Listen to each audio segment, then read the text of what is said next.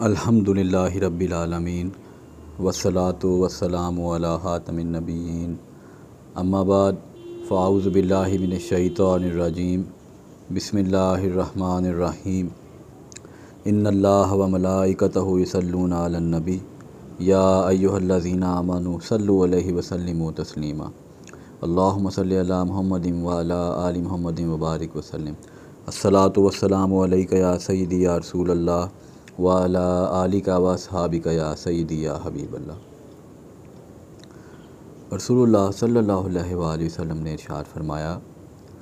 کہ جو شخص مجھ پر ایک مرتبہ درود پاک پڑھے گا اللہ تعالیٰ اس پر 10 رحمتیں نازل فرمائے گا، اس کے 10 گناہ معاف ہوں گے اور اس کے 10 درجات بلند ہوں گے۔ اب یہ حدیث ہم نے اس سے پہلے کئی دفعہ سنی ہوگی، لیکن آج اگر ہم یہاں بیٹھے ہوئے تھوڑا غور کریں اس حدیث پہ تو صرف ایک مرتبہ درود پاک پڑھنے سے ہمیں کتنی فضیلت مل رہی ہے کہ 10 رحمتیں مل رہی ہیں، 10 گناہ معاف ہو رہے ہیں، 10 درجات بلند ہو رہے ہیں۔ اللہ تعالیٰ کی رحمت کی ایک نظر بھی ایک بندے کے لیے کافی ہے، لیکن ایک مرتبہ درود پاک پڑھنے سے اللہ تعالیٰ کی 10 رحمتیں انسان کو مل رہی ہیں۔ پھر ہم سارا دن سینکڑوں چھوٹے بڑے گناہ کرتے ہیں تو ان گناہوں میں سے 10 گناہ بھی ہمارے معاف ہو رہے ہیں، اور آخرت میں اور جنت میں مسلمانوں کے مختلف درجات ہوں گے، تو ایک مرتبہ درود پاک پڑھنے سے صرف 10 درجات بلند ہو رہے ہیں۔ اب اگر آپ فرض کریں کہ آپ روزانہ صرف ایک تسبیح درود پاک پڑھیں، اب ایک تسبیح میں آپ 100 مرتبہ درود پاک پڑھیں گے، تو ایک تسبیح پڑھنے سے اگر آپ اس کو کیلکولیٹ کریں تھوڑا سا تو 1000 رحمتوں کا نزول ہوگا آپ پر، 1000 آپ کے گناہ معاف ہوں گے اور 1000 درجات آپ کے بلند ہوں گے۔ اب اسی کو اگر آپ لے جائیں کہ آپ روزانہ ایک تسبیح اگر پڑھیں تو 10 دن میں کتنی کیلکولیشن ہوگی، ایک مہینے میں یہ تعداد کتنی بنے گی، ایک سال میں یہ تعداد کتنی بنے گی، اور پھر پوری زندگی میں جب آپ اس عمل کو کریں گے ریگولرلی تو دنیا میں جاتے وقت آپ کتنا بڑا خزانہ نیکیوں کا، ڈھیروں نیکیوں کا لے کے جائیں گے۔ پھر اگر اسی کو آپ ایک تسبیح سے 2 کر لیں، 3 کر لیں یا اس سے بھی زیادہ پڑھا لیں، اور علماء کے نزدیک اگر آپ 300 مرتبہ یا 500 مرتبہ درود پاک روزانہ پڑھتے ہیں تو آپ کثرت سے درود پاک پڑھنے میں شامل ہو جائیں گے۔ تو آج سے آپ یہ نیت کریں کہ اگر زیادہ نہیں تو کم از کم ایک تسبیح ہم میں سے ہر بندہ روزانہ کی بنیاد پہ اپنی زندگی میں لازم کرے گا کہ اب انشاءاللہ اب تک جتنا وقت گزر گیا سو گزر گیا، اب میں آئندہ زندگی میں ایک تسبیح کم از کم روزانہ درود پاک کی ضرور پڑھوں گا۔ دیکھیں نا، آج ہم میں سے یہ جتنے بھائی بیٹھے ہیں، جس کی جتنی عمر گزر گئی اتنا وقت ہم درود پاک چونکہ جو فضیلت سنتے ہیں وہاں بیٹھے ہوئے 1-2 دفعہ پڑھ لیتے ہیں، بس باقاعدہ تسبیح لے کے تو کوئی نہیں پڑھتا، زیادہ تر لوگ نہیں پڑھتے، تو وہ جو وقت گزر گیا اب وہ واپس تو نہیں آ سکتا۔ لیکن اگر آج سے یا ایک انسان اپنی کم عمری سے ہی اس روٹین کو بنائے، اس عادت کو اپنا لے کہ روزانہ 1 یا 2 یا 3 تسبیحات درود پاک کی پڑھے، تو اس کی موت تک اس کے نامہ اعمال میں بہت زیادہ رحمتیں ہوں گی، اس کے گناہ معاف ہوں گے اور اس کے درجات بلند ہوں گے۔ اللہ تعالی ہمیں عمل کرنے کی توفیق عطا فرمائے۔ حضرت انس رضی اللہ تعالیٰ عنہ سے مروی ہے کہ رسول اللہ صلی اللہ علیہ وآلہ وسلم نے ایک دن صحابہ کرام رضی اللہ تعالیٰ عنہم کو روزہ رکھنے کا حکم دیا، اور آپ صلی اللہ علیہ وآلہ وسلم نے ارشاد فرمایا کہ کوئی بھی میری اجازت کے بغیر افطاری نہ کرے۔ اب صحابہ کرام رضی اللہ تعالیٰ عنہم نے روزہ رکھا، اور جب شام کا وقت ہوا تو لوگ نبی علیہ الصلوۃ والسلام کی بارگاہ میں حاضر ہوتے رہے اور اجازت طلب کر کے افطاری کرتے رہے۔ اسی اثناء میں ایک شخص آیا اور اس نے آ کے عرض کی کہ یا رسول اللہ صلی اللہ علیہ وآلہ وسلم، میرے گھر کی 2 عورتوں نے بھی آپ کے حکم کے مطابق روزہ رکھا تھا، وہ یہاں آنے سے شرماتی ہیں، تو آپ اجازت عطا فرمائیں کہ میں انہیں جا کے بتاؤں اور وہ افطار کر لیں۔ جب اس شخص نے یہ عرض کی تو نبی علیہ الصلوۃ والسلام نے رخ مبارک کو پھیر لیا اور اس کو جواب نہ دیا۔ دوسری مرتبہ اس نے پھر یہی سوال پوچھا، سرکار نے پھر جواب نہ دیا۔ جب تیسری مرتبہ اس نے پوچھا تو نبی علیہ الصلوۃ والسلام نے ارشاد فرمایا کہ یہ کیسے ممکن ہے کہ کوئی شخص روزہ بھی رکھے اور سارا دن لوگوں کا مردار گوشت بھی کھاتا رہے، یعنی سارا دن اپنے مسلمان بھائیوں کا گوشت بھی کھاتا رہے۔ اب وہ شخص بڑا پریشان ہوا، تو سرکار نے اسے حکم دیا کہ اپنے گھر جاؤ اور جا کے ان خواتین سے بولو کہ کیا کریں۔ وہ شخص گھر آیا، اس نے آ کے جب خواتین کو یہ بات بتائی تو وہ بڑی پریشان ہوئی کہ ہم نے تو روزہ رکھا تھا اور ہم نے تو کسی کا گوشت نہیں کھایا۔ تو انہوں نے پھر حکم کے مطابق جب قے کی تو واقعی ان کی قے میں سے گندی پیپ اور گوشت کی بوٹیاں اور خون نکلا۔ اب وہ شخص بھاگا بھاگا واپس گیا، رسول اللہ صلی اللہ علیہ وآلہ وسلم کی خدمت میں حاضر ہوا اور سارا ماجرا سنایا۔ اور نبی علیہ الصلوۃ والسلام نے ارشاد فرمایا کہ اگر یہ چیز ان کے پیٹ میں رہتی تو انہیں آگ جلاتی۔ اب اسی روایت کو جب دوسرے انداز سے بیان کیا گیا تو اس میں اس طرح بیان کیا گیا کہ جب نبی علیہ الصلوۃ والسلام نے اس شخص کو جواب نہیں دیا تھا تو وہ کچھ دیر بعد واپس حاضر ہوا اور عرض کیا کہ یا رسول اللہ، وہ دونوں خواتین اب بھوک سے مرنے لگی ہیں، تو آپ اجازت عطا فرمائیں کہ وہ افطار کر لیں۔ تو نبی علیہ الصلوۃ والسلام نے ارشاد فرمایا، حکم دیا کہ ان دونوں کو یہاں لے کے آؤ۔ جب ان دونوں کو لایا گیا تو سرکار نے انہیں قے کرنے کا بولا۔ اب وہی جب انہوں نے قے کی تو اسی طرح کی گوشت اور خون والی قے آئی۔ تو نبی علیہ الصلوۃ والسلام نے ارشاد فرمایا کہ ان دونوں نے اللہ کے دیے ہوئے حلال رزق سے روزہ رکھا اور اس کی حرام کردہ چیزوں سے افطار کیا، یعنی یہ دونوں ایک طرف ہو کر بیٹھ گئیں اور انہوں نے مسلمان بھائیوں کا گوشت کھانا شروع کر دیا، یعنی کہ یہ غیبت کرتی رہیں۔ اب اس حدیث میں اصل میں جو نبی علیہ الصلوۃ والسلام نے ہمیں سمجھایا وہ ہمیں غیبت کا نقصان سمجھایا کہ غیبت کرنے کا مطلب یہ ہے کہ انسان اپنے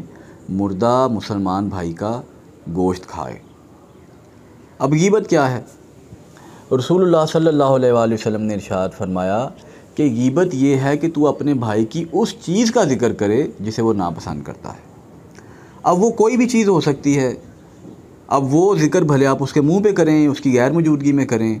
اور وہ بات بھلے اس میں موجود ہو یا نہ ہو، ان ساری صورتوں میں وہ غیبت کہلائے گی۔ اب وہ چیز اس کی ذات کے بارے میں ہو سکتی ہے، اس کے نسب یا حسب کے بارے میں ہو سکتی ہے، اس کے اعمال کے بارے میں ہو سکتی ہے، اس کی زبان کے بارے میں ہو سکتی ہے، اس کے بولنے کے انداز کے بارے میں ہو سکتی ہے، اس کے چلنے کے انداز کے بارے میں ہو سکتی ہے، اس کے لباس کے بارے میں ہو سکتی ہے، حتیٰ کہ اس کی سواری کے بارے میں ہو سکتی ہے۔ اگر ان چیزوں میں سے بھی کسی چیز کا بھی مذاق اڑایا تو وہ غیبت میں شامل ہوگا۔ یعنی کوئی بھی آپ ایسی بات کریں کہ اگر آپ کے مسلمان بھائی تک وہ بات پہنچے تو اس کو وہ بری لگے تو وہ غیبت کہلائے گی۔ حتیٰ کہ ایک دفعہ نبی علیہ الصلوۃ والسلام کے گھر میں ایک عورت تشریف لائی، اور جب وہ عورت چلی گئی تو حضرت عائشہ رضی اللہ تعالیٰ عنہ کے منہ سے سہواً یہ نکل گیا کہ یا رسول اللہ صلی اللہ علیہ وآلہ وسلم، اس کا قد کتنا چھوٹا ہے۔ نبی علیہ الصلوۃ والسلام نے ارشاد فرمایا، عائشہ تو نے اس کی غیبت کر دی۔ اب دیکھا جائے تو حضرت عائشہ رضی اللہ تعالیٰ عنہ نے کوئی اس کی برائی کرنے کی نیت سے یہ بات نہیں کی اور جھوٹ بھی نہیں بولا، جو سچ بات تھی سہواً آپ کے منہ سے نکل گئی، لیکن نبی علیہ الصلوۃ والسلام نے اس سے بھی منع فرمایا۔ اب ہم اگر اپنی زندگی میں دیکھیں تو غیبت اتنی پھیل چکی ہے، یہ گناہ اتنا عام ہو گیا ہے، اور ایک تو اس کو گناہ بھی کوئی نہیں سمجھتا کہ ہر جگہ پہ اگر رشتہ دار کہیں بیٹھے ہیں تو وہ رشتہ داروں کی غیبت شروع کر دیں گے، کہیں کاروباری جگہ پہ بیٹھے ہیں تو وہاں پہ لوگ ایک دوسرے کے بارے میں بات شروع کر دیں گے، آفیسز میں، جابز میں، یہاں تک دیکھا ہے میں نے کہ اگر 3-4 لوگ بیٹھے ہیں، ان میں سے اگر ایک شخص ابھی اٹھ کے گیا ہے نا تو وہ جو اٹھ کے جانے والا ہے باقی لوگ اسی کی غیبت شروع کر دیں گے جو کہ ابھی ان کے ساتھ ہی بیٹھا تھا۔ تو اتنی یہ غیبت کا گناہ عام ہو گیا ہے، تو اس سے ہمیں بچنے کی ضرورت ہے۔ کیوں کیونکہ نبی علیہ الصلوۃ والسلام نے ارشاد فرمایا کہ غیبت سے بچو، کیونکہ غیبت زنا سے بھی بدتر ہے۔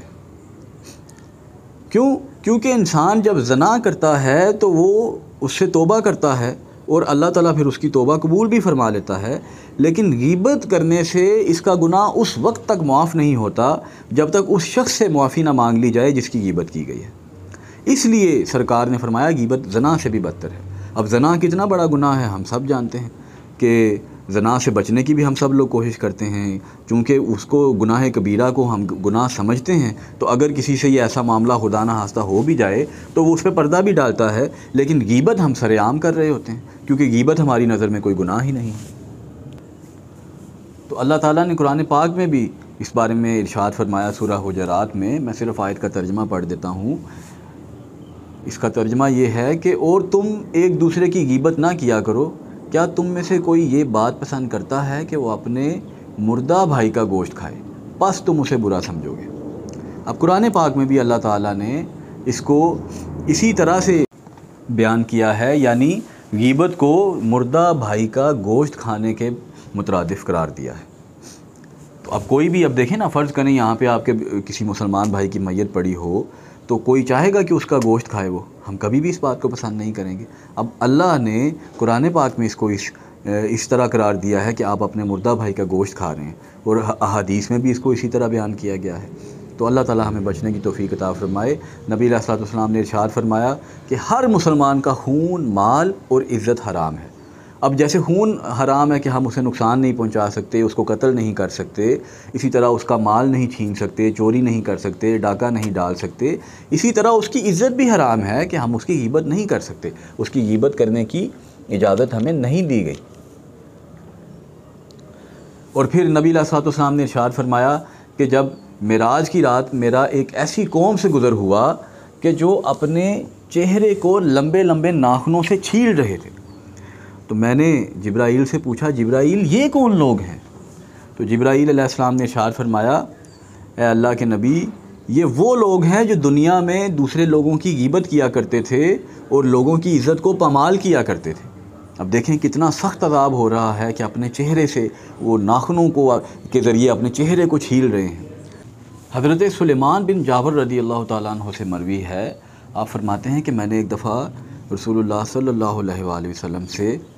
عرض کیا کہ یا رسول اللہ، مجھے کوئی ایسا عمل بتائیے کہ جس سے میں نفع حاصل کر سکوں۔ تو نبی علیہ الصلوۃ والسلام نے ارشاد فرمایا کہ بھلائی کا کوئی بھی کام ہو اس کو حقیر نہ جانو، حتیٰ کہ اگر تمہیں اپنے ڈول کے پانی سے کسی دوسرے مسلمان بھائی کے ڈول میں تھوڑا سا پانی ہی ڈالنا پڑے تو اس کو بھی نہ چھوڑو، اس کو بھی حقیر نہ سمجھو۔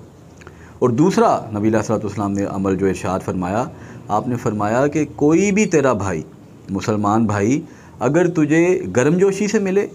یا تجھ سے منہ موڑ لے، دونوں صورتوں میں اس کی غیبت نہ کر۔ اب ذرا غور کریں کہ عام روٹین میں ہمارا جو لوگوں کے ساتھ تعلق ہوتا ہے، تو بھلے کسی کا ہمارے ساتھ اتنا برا رویہ نہ بھی ہو، تب بھی ہم اس کی غیبت سے باز نہیں آتے، جبکہ ہمارے سرکار صلی اللہ علیہ وسلم ارشاد فرما رہے ہیں کہ اگر کوئی گرم جوشی سے ملے یا کوئی منہ موڑ لے۔ اب دیکھیں نا، اگر آپ کسی سے بات کریں، آپ کسی کو مخاطب کریں اور وہ آپ سے بات ہی نہ کرے، منہ موڑ لے، کتنا آپ کو برا لگے گا۔ اس صورت میں بھی سرکار نے منع فرما دیا کہ اس کی غیبت نہیں کرنی۔ اور ہم جناب اگر کسی کے ساتھ کسی نے ہمارے ساتھ اس برے رویے سے نہ بھی پیش آیا ہو، تب بھی ہم اس کی غیبت سے باز نہیں آتے۔ اب چونکہ غیبت کرنا بھی ایک طرح کی چغل ہو رہی ہے، کیونکہ ہم جس مسلمان بھائی کی غیبت کر رہے ہوتے ہیں، ہم دوسرے سے اس کی چغلی کر رہے ہوتے ہیں۔ تو چغلی کے بارے میں صرف ایک واقعہ درج کروں گا۔ حضرت امام غزالی رحمۃ اللہ علیہ نے اس واقعہ کو نقل کیا کہ ایک دفعہ بنی اسرائیل میں قحط پڑا اور بارش نہیں ہو رہی تھی، تو لوگ بڑے پریشان ہوئے، لوگوں نے بڑی دعائیں مانگی لیکن بارش نہ ہوئی۔ پھر وہ لوگ حضرت موسیٰ علیہ السلام کی بارگاہ میں حاضر ہوئے اور عرض کی کہ اے موسیٰ، آپ جانتے ہیں بارش نہیں ہو رہی، تو آپ دعا فرمائیں اللہ سے کہ اللہ تعالیٰ ہمیں بارش عطا فرمائے۔ تو حضرت موسیٰ علیہ السلام نے اپنی قوم کے ہمراہ جب دعا فرمائی تو بارش نہ ہوئی، اور اللہ تعالیٰ نے موسیٰ علیہ السلام سے ارشاد فرمایا کہ اے موسیٰ، میں تیری قوم کی دعا کیسے قبول کروں جبکہ تمہاری جماعت میں کچھ عادی چغل خور بھی موجود ہیں۔ موسیٰ علیہ السلام نے عرض کی، اے اللہ تو مجھے بتا کہ وہ چغل خور کون ہیں، میں انہیں اپنی جماعت سے نکال دیتا ہوں تاکہ ہم دوبارہ دعا کریں۔ اللہ تعالیٰ نے ارشاد فرمایا، اے موسیٰ میں تجھے چغل خوری کرنے سے منع کر رہا ہوں اور اب میں خود چغل خوری کروں۔ اب کیسی خوبصورت بات کہ اللہ تعالیٰ نے خود چغل خوری کرنے سے، اللہ تعالیٰ نے بھی اس عمل سے اجتناب کیا اور اللہ کو بھی یہ عمل اپنی ذات کے لیے بھی پسند نہیں ہے۔ اب اللہ تعالیٰ تو مالک ہے، وہ بادشاہ ہے، وہ جسے چاہے عذاب دے، جسے چاہے بخش دے اور جس کا چاہے پردہ رکھے، جس کے چاہے گناہوں کو ظاہر کر دے، اس کو کوئی پوچھنے والا نہیں اور اس کا کوئی عمل ظلم نہیں کہلا سکتا۔ ہم اس کے کسی عمل کو بھی ظلم نہیں کہہ سکتے، وہ مالک ہے، وہ کبھی ظلم نہیں کرتا۔ لیکن اس سب کے باوجود وہ اللہ وہ کیسی شان والا ہے کہ اس نے اس بات کو پسند نہیں کیا کہ وہ اپنے کسی بندے کی چغلی کرے دوسرے لوگوں کے سامنے، یا دوسرے لوگوں کو اس بندے کا برا عمل ظاہر کرے۔ تو ہمیں بھی اس بات کو اپنانا چاہیے کہ ہم بھی غیبت نہ کریں اپنے مسلمان بھائی کی، اور اپنے مسلمان بھائی کی چغلی نہ کریں دوسرے لوگوں کے ساتھ۔ ایک صحابی ارشاد فرماتے ہیں کہ نبی علیہ الصلوۃ والسلام کا زمانہ ایسا مبارک تھا کہ اس زمانے میں چونکہ غیبت بہت کم ہوا کرتی تھی، تو اگر کوئی شخص اس زمانے میں غیبت کرتا تھا تو اس کی باقاعدہ بدبو آتی تھی۔ لیکن اب آج کے زمانے میں، اب یہ صحابی اپنے دور کی بات کر رہے ہیں کہ آج کے زمانے میں غیبت اتنی زیادہ ہو گئی ہے کہ اب اس کی بدبو نہیں آتی۔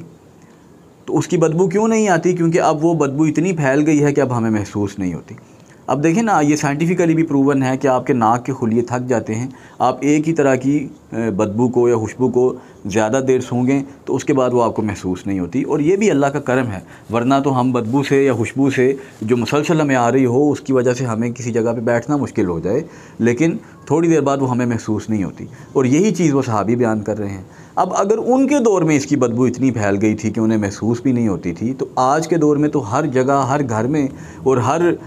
دکان میں، ہر دفتر میں غیبت ہو رہی ہے دوسرے لوگوں کی، تو اب کتنی بدبو اس کی پھیل چکی ہوگی۔ لیکن اس بدبو کو سونگ سونگ کے ہمارے اندر یہ بدبو اتنی رچ بس گئی ہے ہمارے ماحول میں کہ اب ہمیں یہ غیبت کی بدبو محسوس ہی نہیں ہوتی۔ تو اللہ تعالیٰ ہمیں اس بدبودار کبھی عمل سے بچائے، اور آج سے پکی نیت کریں کہ آئندہ ہم کبھی کسی مسلمان بھائی کی غیبت نہیں کریں گے۔ اور یہاں یہ بات بھی ضروری ہے کہ اگر آپ کسی کی غیبت کریں تو خدا نخواستہ اگر فرض کریں بھول کے آپ سے یہ عمل ہو گیا، تو محفل برخاست ہونے سے پہلے آپ توبہ کر لیں، اللہ تعالیٰ آپ کی توبہ قبول فرمائے گا۔ لیکن اگر آپ اپنے اس گناہ پہ ڈٹے رہے اور پھر یہ گناہ جب آپ جس شخص کی آپ نے غیبت کی ہے اس شخص تک جب یہ بات پہنچ گئی، تو پھر جب تک اس شخص سے معافی نہیں مانگیں گے تب تک آپ کا یہ گناہ معاف نہیں ہوگا۔ تو پھر یہ حقوق العباد کا معاملہ ہے، اسی لیے کہتے ہیں حقوق اللہ معاف ہو جاتے ہیں، حقوق العباد کا معاملہ سخت ہے۔ جب تک آپ اس شخص سے معافی نہیں مانگیں گے تب تک آپ کا یہ گناہ معاف نہیں ہوگا۔ تو ایسا گناہ اس کو پہلے ہی اس سے بچیں، کیونکہ جیسا سرکار نے فرما بھی دیا کہ یہ زنا سے بدتر ہے، کیونکہ انسان اس کو گناہ ہی نہیں سمجھ رہا اور نہ ہی اس بندے سے جا کے معافی مانگے گا جس کی غیبت کی ہے۔ تو پہلے ہی اس عمل سے بچیں، اللہ تعالیٰ ہمیں بچنے کی توفیق عطا فرمائے۔